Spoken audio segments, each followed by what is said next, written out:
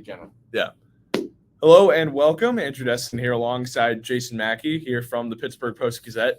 Coming off the first Pirates win in seemingly forever. In over a week, Pirates cracked their 7-game losing streak on the heels of an excellent pitching performance from Mitch Keller. And let's just get right into that. Jason, Man. That was impressive. So we're actually recording this right after Mitch Keller's performance. One of the reasons we're doing it is because it lasted an hour and 55 minutes. It's some extra time. Go record a podcast. But, man, he was so good. Exactly what they needed. A lot of talk about Mitch being the stopper. He was the stopper. We talked to Austin Hedges. I thought it was good. Said something about, I would take Mitch Keller up against anybody in the league. There were all kinds of quotes from the clubhouse after this one. Derek Shelton said something about, this is the kind of stuff that opening day starters do, which is true. I've just been so impressed with Mitch, man. I've been on this whole ride with him or there for all of it. I saw it when he was sent down to the minors, didn't know what to do, was dejected, was upset, getting sent to the bullpen.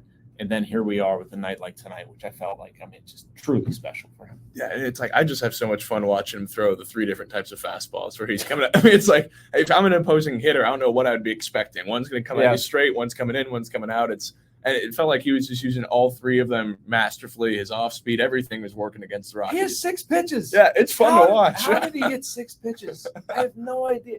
And I even wrote in my story tonight that I feel like he could have thrown a 7th tonight and just come up with it. I don't know, throw a splitter, Mitch, a circle change, just invent something. He probably would have been able to throw it.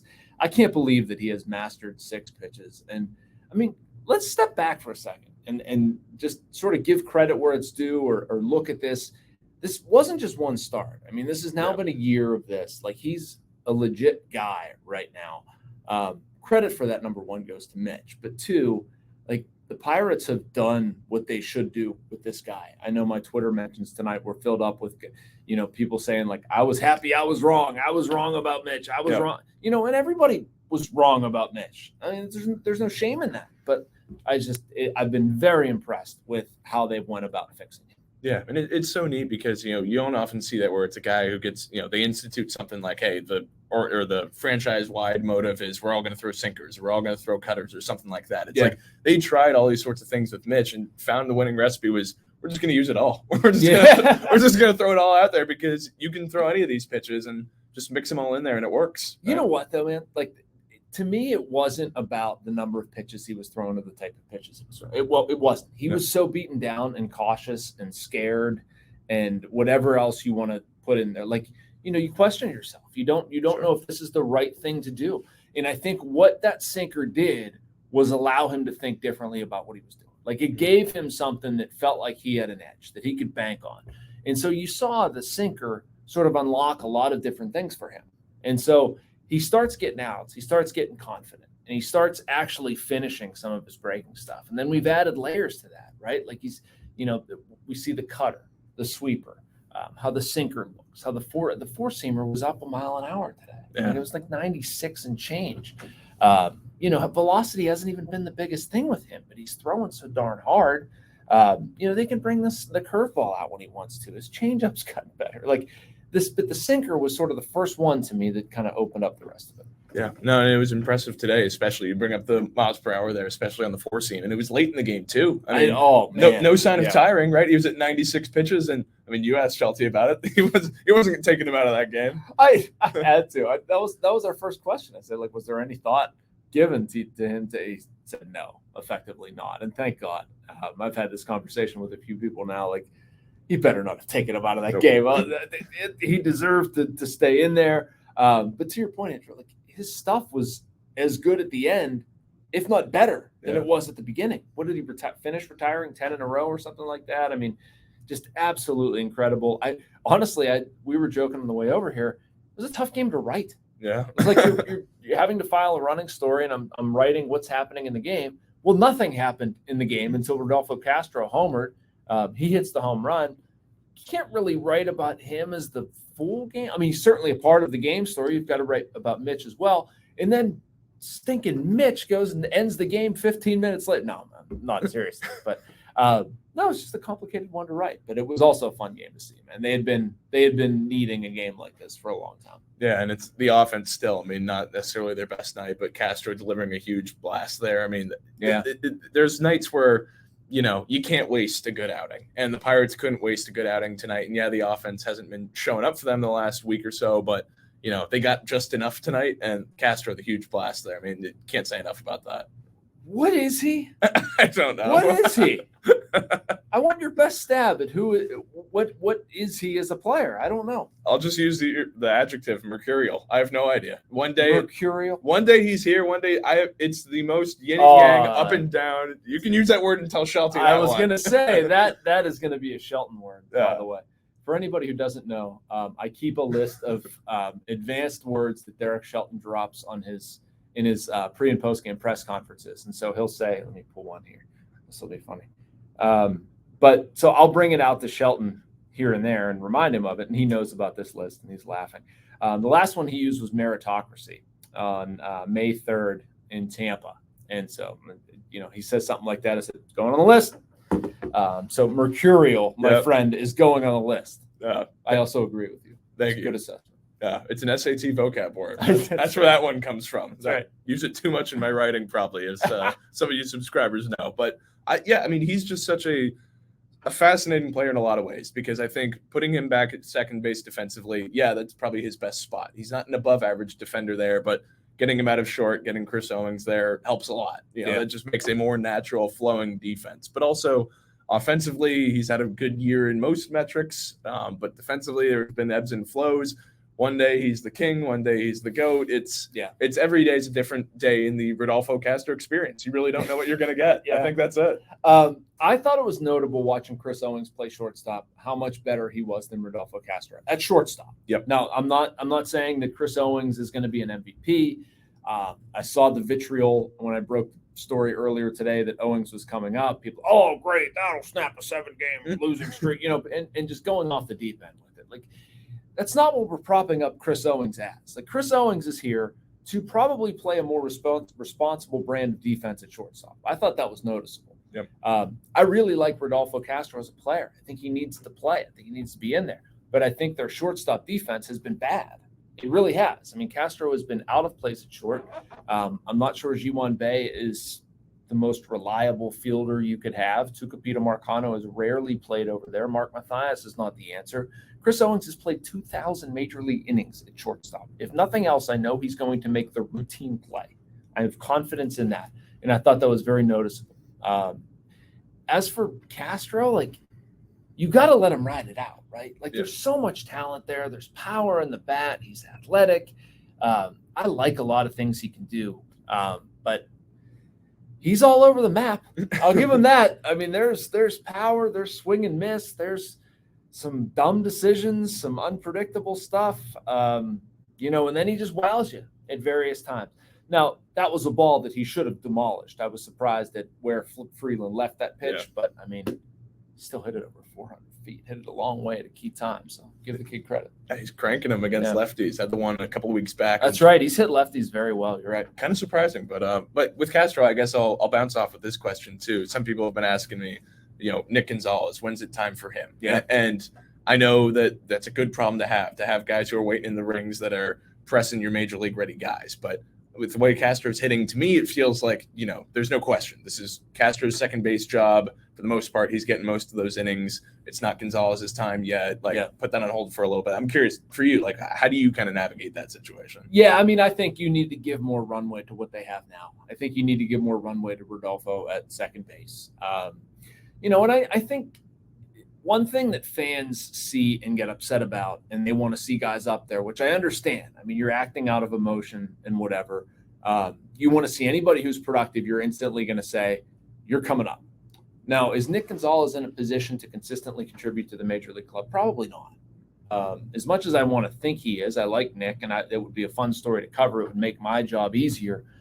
If I'm running a baseball team, I'm not making that decision. I'm just not. He just came back from injury. I want to see, what the conversation I'm probably having with Nick at that point is, I want to see you do this for a sustained period of time. And I'm probably talking months, not weeks. You do that for a long period of time. Let's talk in June. and there may be an opportunity here for you. There's not a rush to get him up here, but there's a need to get it right. And I look at, like, if I'm a Pirates fan, I'm looking at somebody like Gregory Polanco as almost like a cautionary tale. People wanted Polanco up here, and he wasn't a finished product. Now, I understand why they brought him up, but, like, I don't care if Endy gets up here in June, July, August. I want Eddie Rodriguez to come up here and be productive. I want Nick Gonzalez to come up here and be productive. I want them to come up here and be ready. I can wait. If it takes a little bit of time, fine. Because in the meantime, I want to find out. I mean, I would like to see them find out more about Marcano. I'd like to see them find out more about Bay. I'd like to find out more about Castro. I mean, part of that's difficult. They don't have the reps to go around.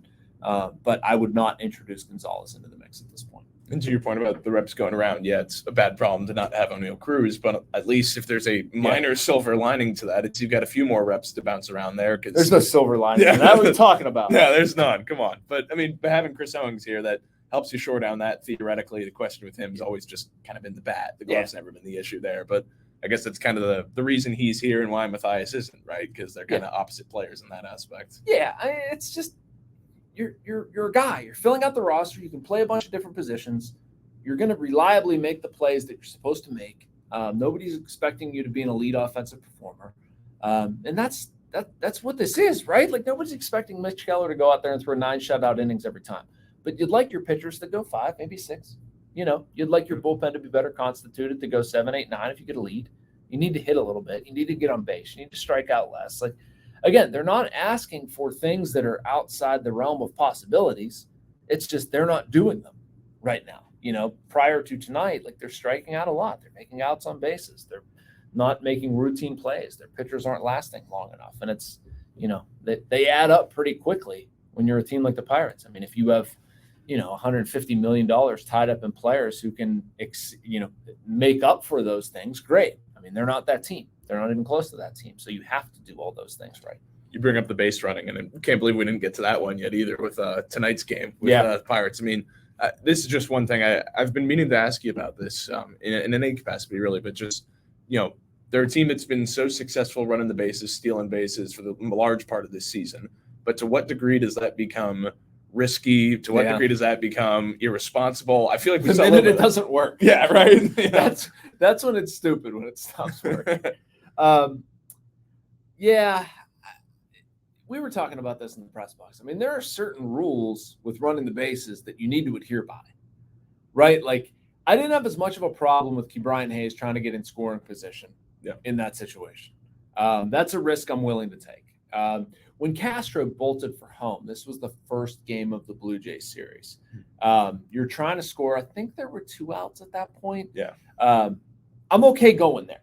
If you take a 50-50 shot and he gets thrown out, whatever. I didn't like that he didn't have a great secondary lead. He was close to the bag, didn't give himself the best chance. Probably should have just sat on that one. The times where it's stupid to me is like Carlos Santana rounding second base and he hesitates. Like, that's the time you shut it down, for the third out of the inning at third. You can't make the first or last out of the inning at third base. And I think fans generally realize that. But in case you don't, like, this is the thinking there. I mean, if it's second base, you want to preserve the out, number one, and you feel like you can even get a ground ball to the right side, gets the guy to third, you can still score him on a fly ball to the outfield or something like that. If you've got a guy you don't want to make the last, you don't want to end the inning, obviously. You're not trying to go from second to third, because from second, you can still score on a single. So, sorry, I kind of started blabbing, but I felt like explaining that. I just, they crossed the line and some unnecessary risks for me. Even tonight, running 3-2 and expecting contact with your number 8 hitter up. Yeah. Why? If you're, again, Hayes was running 3-2 with 1 out and McCutchen up. I'm okay with that. I'm not putting guys in motion. I mean, I guess you're figuring Chris Owings is going to handle the bat. I just don't see that as a risk. Right. Anyway. And against, Kyle Freeland, right? Like, yeah, right. That's part slouch. Of it. Yeah, right. This is a guy who, aside from the first start against the Pirates, has been largely stellar this year. Yeah. So, yeah, and I mean, Austin Hedges was on deck, so I guess maybe that factors into it a little bit. He doubled. What? Yeah, exactly. Come on. I know. Hey, he hit the ball well today. Yeah. Oh, boy. What's up with the Hedges stuff, huh? Have you noticed this vitriol building toward Mr. Hedges? Pitching's doing well. I know the guy's not hitting, but I mean, I like Jason DeLay a lot. I do, but you signed Austin Hedges. He's managing a staff that's largely exceeded expectations this year. I know. This is what we were expecting. Maybe this is slightly less offense, but what's the difference between 180 and 150? I mean, my problem with the Pirates catchers right now, I have two thoughts with that. One, I would rotate Jason DeLay more. Sure. I'm totally fine with that. I wrote that in Sundays off the bat. And two, they need to throw better. Yeah. And it's in tandem. Like the pitchers need to give them a better chance, and they're not throwing out enough runners. And that's both Hedges and DeLay, and it's accuracy, it's pop time, it's quickness, it's pitchers holding runners better. I mean, it's a team thing, but like that concerns me. I think they were 9% or something around Sunday, and I don't think they've gotten any better. Gave up a few steals tonight, I believe, but yeah, it's not been good. And I know part of that's because you got the pitchers throwing off speed a lot. I know these guys are throwing as much off speed as anybody, but like to some degree, 9%'s not cutting it. No, it's not. I mean, you 15? Yeah, just get 1 out of 5, 1 out of 6, something a little bit better than that. But yeah, just not quite up to snuff in that regard. But, fun win though for the Pirates. I know. Yeah, all told. All right, so I want to spin this around a little bit on you, okay? And I want to make you talk a little bit. I'm doing all the black. Wow. So we have not talked about this, and I want to hear about it. So you talked to Bubba Chandler. Yeah. Right? For Pirates Pipeline this week. Bubba was great. Bubba was great. It was a very good interview. Yeah. Very good kid. Very interesting. So tell me a little about this story. And this is live. I've not read Andrew's story. I was going to go home and read it. So oh boy. I'm gonna be prefaced with it now. Wow. So what'd you find out? Well, we're getting a live reaction then. I hope this is I'm either hitting a home run or I'm striking out swinging here. That'll be great. Bubba Chandler's playing a lot of golf. Okay. Because he's no He's longer a pitcher now. Yeah, just a pitcher. Okay. So he's working on his short game. He's shooting in the 30s on 9-hole courses. But, wow. So Chandler can swing the sticks a little bit. Okay. Not just at the plate, but no, it's interesting talking to him about how that's kind of changed, and it's allowed him to now he's focusing on his secondary pitches more. Like he in spring training in the off season, working on his slider was a big thing for him, and he was like, yeah, I've mastered that not mastered it, but got it to a degree that I'm happy with by the third start of the season. And now it's working on the changeup, which he thinks is his best pitch, but the problem is he only uses it as a strikeout pitch. It's not something he can throw for the changeup. Yeah, really. He's like, he thinks it's his best pitch. He thinks nobody else in the baseball world thinks it, which I guess. God bless him. I love it. Okay. Yeah, so he loves the change, but he can't throw it for a strike. Yeah, it's only as a strikeout pitch. So he's trying to work on how he can throw that more consistently. That's big on his. Be still my heart, Andrew. I was a pitcher that had a changeup as a strikeout pitch. Yeah. There we go. I know. I couldn't throw a strike with a curveball. Couldn't throw a curveball that wasn't just spinning over the plate. I could throw a little bit of a changeup. So okay. Yeah. So what else? That's still the mullet. About the mullet? Can't confirm about the mullet. I'm gonna have to ask. All right. In the picture on MILB.com, I'll have to say, but yeah. I only got a quick look. It might just be party in the back. Okay. But all right. But Bubba's doing well, loves his golf, and he still has his bat, if you're curious. He took BP before one of his starts. Oh, no. He's going to be like Steven Brault 2.0. Yeah. R.I.P. It's funny talking to some of these former pitchers. Jared Jones is another one. Really good pitcher for Altoona. Throws in the upper 90s. He wanted to hit and play the outfield in the worst way. And they wouldn't let him, and I get why. But he's a broken-hearted one, and Bubba's going to be a broken-hearted one. It's a shame. It really, I gotta say, you bring up Jared Jones. He hit me in the heart when I talked to him back in April because he was talking about how literally. Well, kind of, sort of. I mean, he was talking about how California high school pitching wasn't that good, and guys were just throwing the 70s. I was like, I thought we had pretty good ball out in California, but I thought you did too. I thought so. And he's like, hitting in the big leagues and the minors is a little bit different than hitting in California. I'm like, I thought California was pretty good. Yeah, here I am. I'm chopped liver. All right. Well, it can't all be like the Whippeal. Yeah. I mean, let's be fair. And my guy Warren Schaefer in town. Yeah. Today, by the way, right? Colorado Rockies. I did not see him. I need to see him though. That'll be fun. So what else? What else do we have to talk about? We want to talk about Ortiz too. Oh, true. Luis. Yeah. Yeah. So Luis Ortiz, he'll be starting. By the time you guys watch this will be, advancing Tuesday start. I'm psyched for this, man. I really am. Ortiz, when he's at his best, is so fun to watch. I mean, you're seeing a dude pump 98, 99, 100. Absolutely nasty slider. The changeup has been good and bad. I feel like early on in spring training it was good, kind of lost a feel for a little bit. he went away to pitch for the Dominican Republic in the World Baseball Classic. I'm not sure if he ever came back with much of a feel for the pitch. We've seen him get blown up, and we've seen him be really good. Most of his starts in AAA were really good. His ERA was like 2 and some change. Had a shortened start his last time. I think he only went 3 innings, but was scoreless. What are you looking forward to? Ortiz? Looking for him to pound the zone. I mean, that was something that you go back to his starts last year. I think it was 3 or 4 of them with the Pirates when he came up here. And 4. Yeah, I mean, didn't last long, and particularly many of them, just because he was running the pitch count up and because they had him on innings restrictions and things like that. I'm excited to see how long they let him go and how much does he pound the zone, because the whip's been down in AAA. He's been pumping the zone. He's been striking guys out, not maybe to the degree that fans would love, just because he is loading the zone more. It's not so much the electric stuff, just pounding it anywhere. So I'm curious to see how he does in that regard against big league hitters. How does that compare to facing AAA guys? Yeah, no doubt. No doubt. And I think this is an important start for the Pirates, or maybe not an important start, but an important presence for the Pirates. Because I think right now their pitching depth is not great. I would like to see it a lot greater than it is. It hurts with Brubaker, Mike Burrows being down for the year. Outside of Ortiz, like if this goes poorly, the next thing I can sell you is Caleb Smith, which he's okay for a depth guy. I wouldn't really have an issue with Caleb Smith coming up here and making starts, but if that's your best hope, I'm not sure we're in a great place. Nope. And I want to see Quinn Priester come up here, but you talked to him most recently. Did you get the vibe of he was like somebody that was itching to get up here, or was like working on stuff? It's kind of the latter. He'd love to be here, but he's like, I gotta be anybody would love to be here, but but he's like, I gotta be consistent first, and I haven't been that. Right.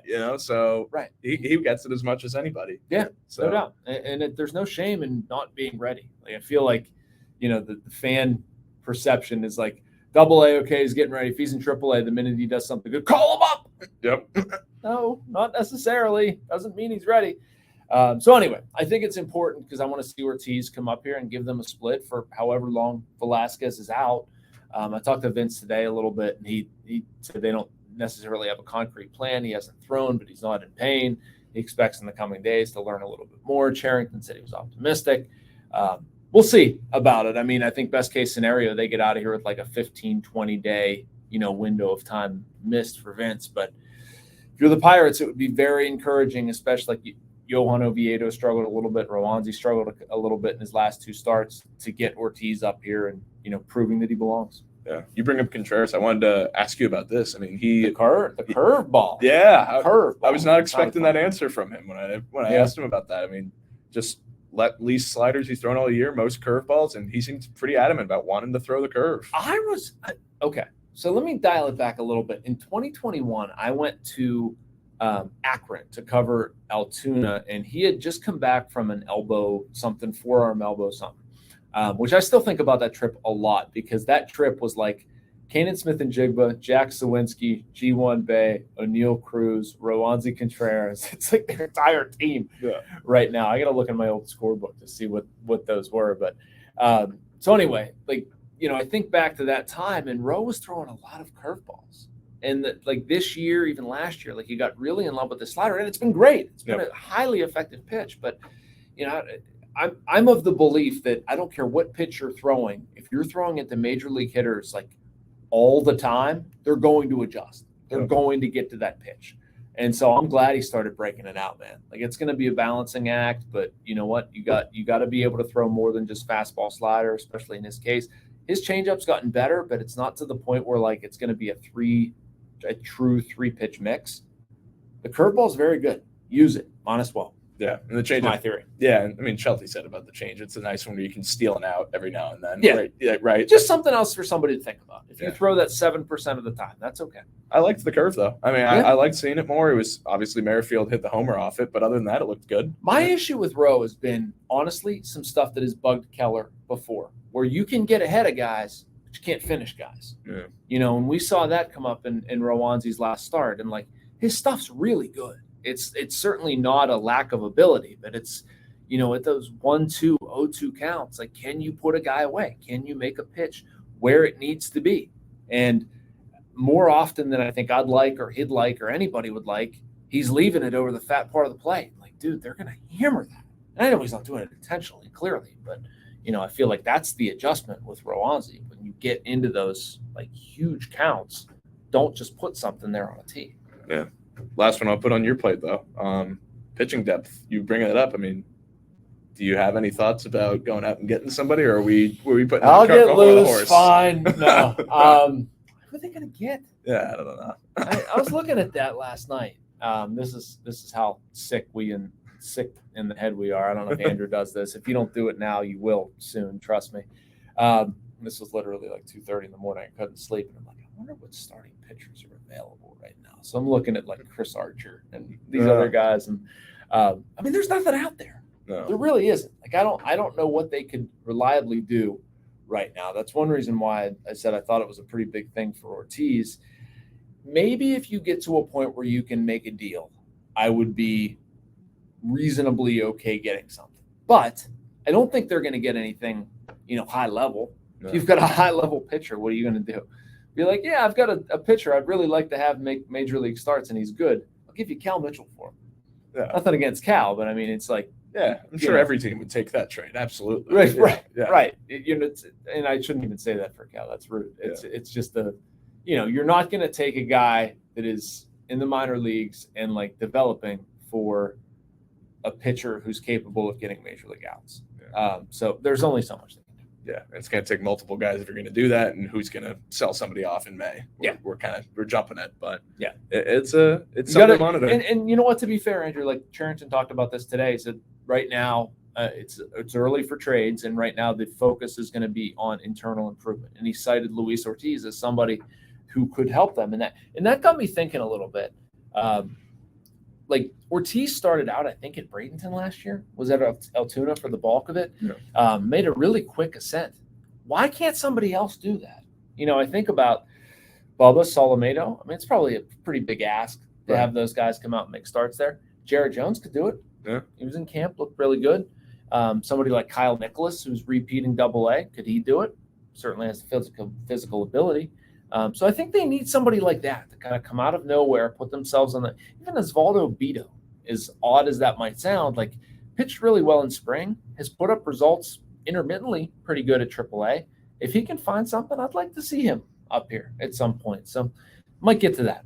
Man, really makes you think, what if they still had Mike Burrows healthy this year? I know, right? Man. Oh, I know. Hurts. Him and Brew too. Yeah. Him and Brew. I mean, you'd be wondering, you could have Oviedo in AAA, and you're like, we need to get Oviedo up here. What the heck? But yeah, to have Burrows going and Oviedo going, they had good depth. It's just thinned out. Yeah. Baseball, huh? Baseball. Yeah. Well, guys, thanks for tuning into this podcast. Pleasure to hear from our office on the North Shore. Be sure to check out all our content here on the YouTube channel and subscribe. Thanks, guys. Have a good rest of your day.